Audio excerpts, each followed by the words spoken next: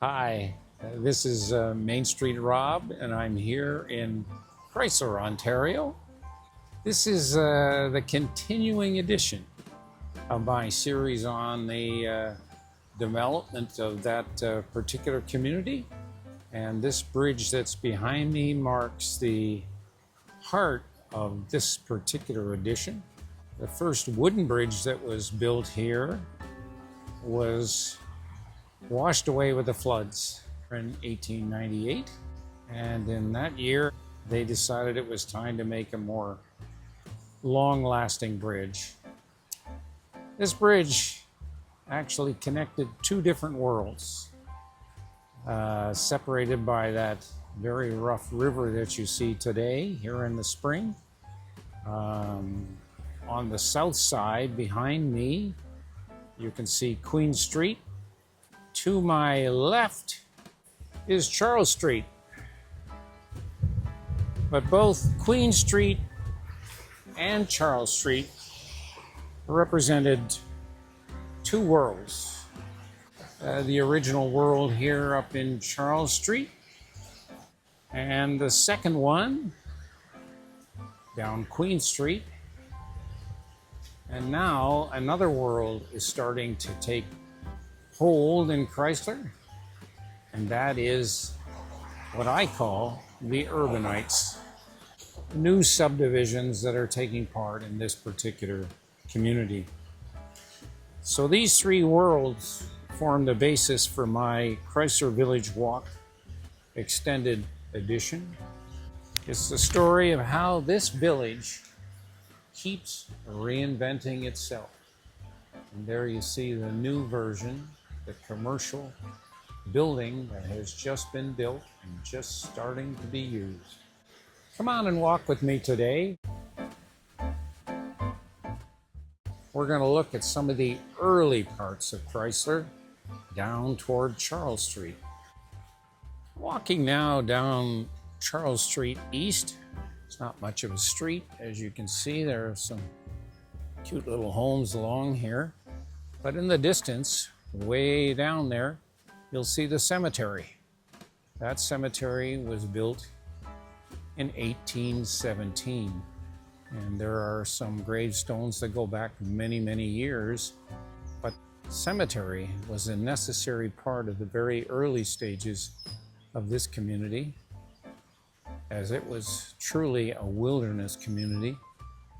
And this is where the unfortunate souls ended up in this part of the wilderness. But I'm going to turn around now. Here you see the river. And you'll see all these cars that are here. But just about where this road is located is the site of John Crysler's house. John Crysler came here in 1848. He lived here for 4 years until 1852, when he passed away and was buried in that cemetery that we just saw.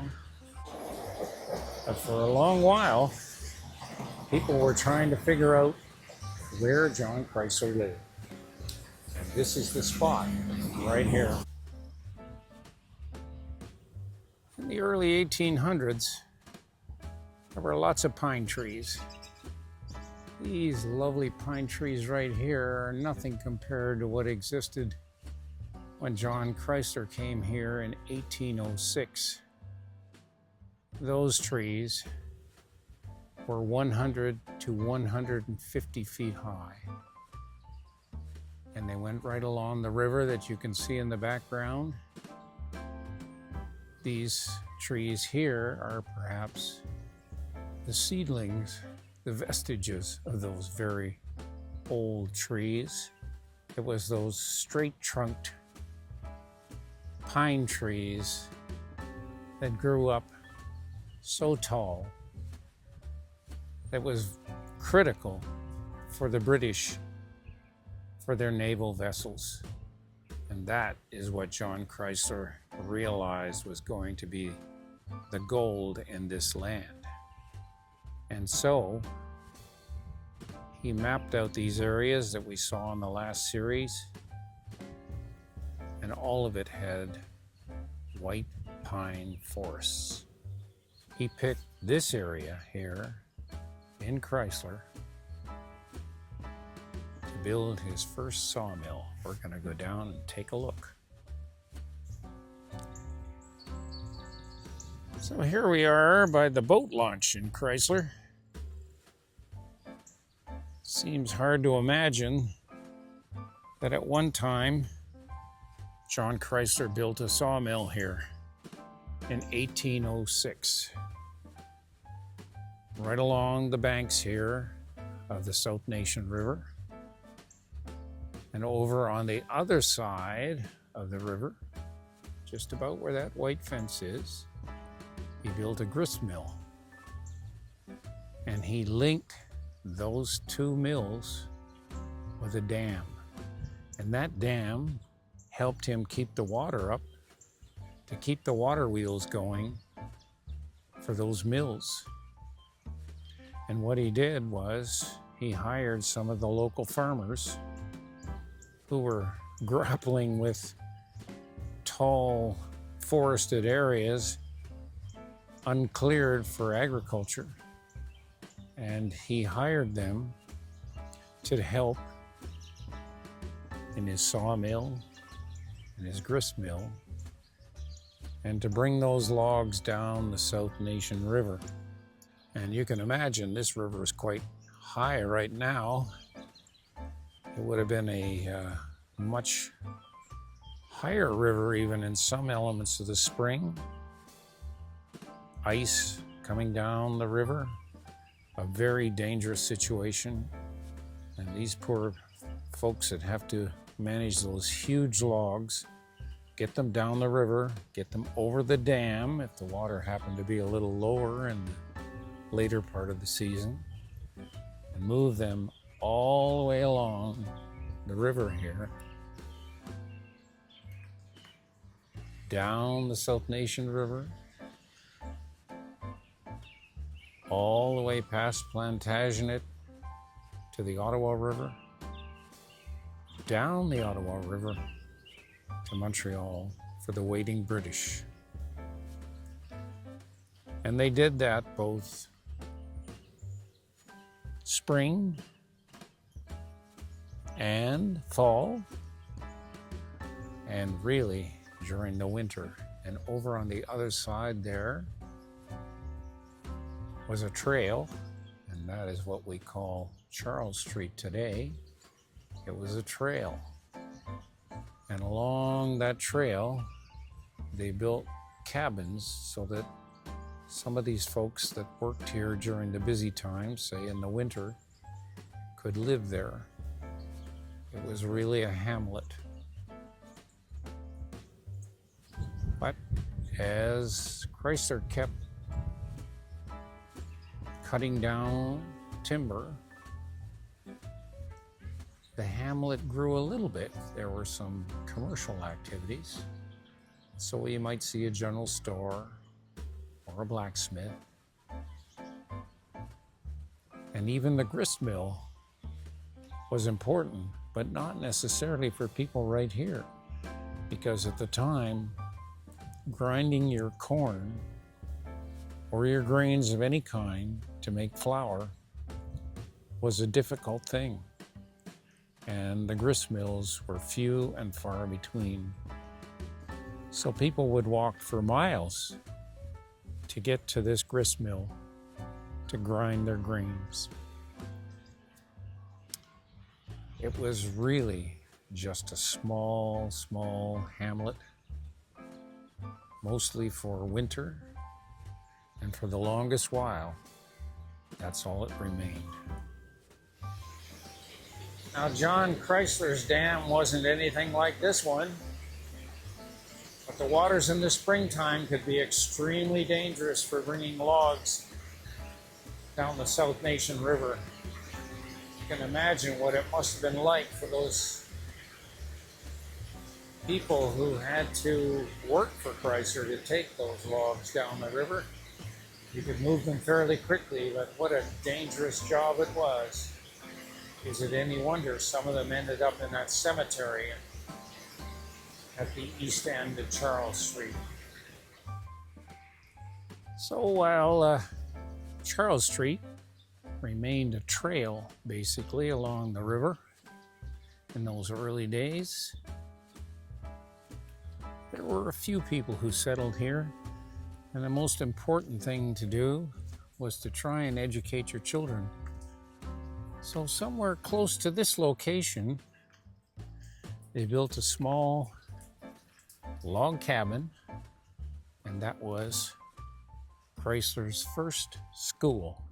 A Presbyterian school, of course, an English school, but this is just about the location where it was. A log cabin, not very big, along the side of the river. Not sure how many students would have been there, probably not too many, but Crysler's first school, 1849. And this attractive building right here is the site actually of the original creamery. As the timber business started to decline, the farm business started to grow. The lands were cleared, cattle were raised, and the next thing you know, there was a demand for a creamery. The creamery was one of those quiet engines of rural life. Every day, farmers brought their milk here in the morning to be separated and cooled and churned into butter or cream. These are the products that could be shipped away to wider markets because it couldn't keep milk for very long. So it meant a steady income for the folks around. There was traffic coming in here all the time. And you know, the village started to take a little bit of root. This is about 1858, 1860. Crysler's creamery helped anchor the early agricultural economy and kept the community connected to the outside world. It wasn't long thereafter that the village had a name. So even though John Crysler had his business going here from 1806 on until he moved here in 1848, there was really not much happening in Crysler.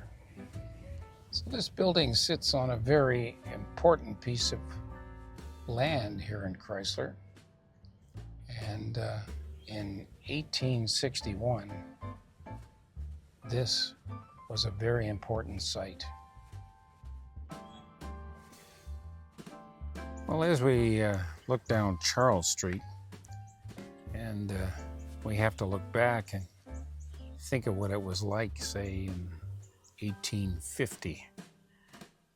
And what we see really is a very narrow road, but something was going on in the background.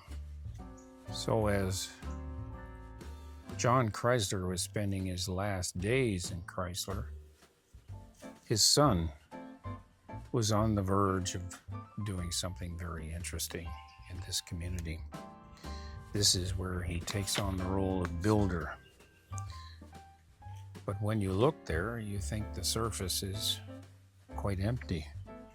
There's a small hotel just outside of John Crysler's house. Down the road, there's a schoolhouse, of course. And even farther down was the creamery. We had a few small houses along the road by the gristmill that created a hamlet, really, for folks who were working on the mills. But the land records tell a very different story, and that's the interesting part. So starting in the late 1840s, early 1850s, John Pliny Crysler was buying land around the river crossing. At the same time, he was selling off pieces of his father's old holdings. He was buying all kinds of interesting things, but all around Crysler. This was his settlement vision. So by 1860, I certainly wouldn't call this a settlement, but the groundwork was laid, and soon we would see the things that would change this community dramatically. The post office, the first real streets, the arrival of new families, and the Riverside Trail will finally become a street, and indeed it will become a village. So here we are at the site of the fourth post office in Crysler. It was built in 1964, but the post office has always been a very, very important part of this community. And in 1861, the first post office was established in this community. That was the beginning of a new era for Crysler under John Pliny Crysler. His father, John Crysler, had established the community, but he didn't create the settlement. I hope you've enjoyed this edition and hope you'll stay tuned for the next edition of the development of Crysler, how the community regenerated itself many, many times. The next edition in our series will be about John Pliny Crysler and the impact he had on Charles Street. I hope you'll stay tuned. Looking forward to seeing you again on our next village walk. But in the meantime, if you'd like to read about how Crysler rejuvenated itself many times and the various communities within this village, you might want to go to MainstreetRob.com. Looking forward to seeing you soon.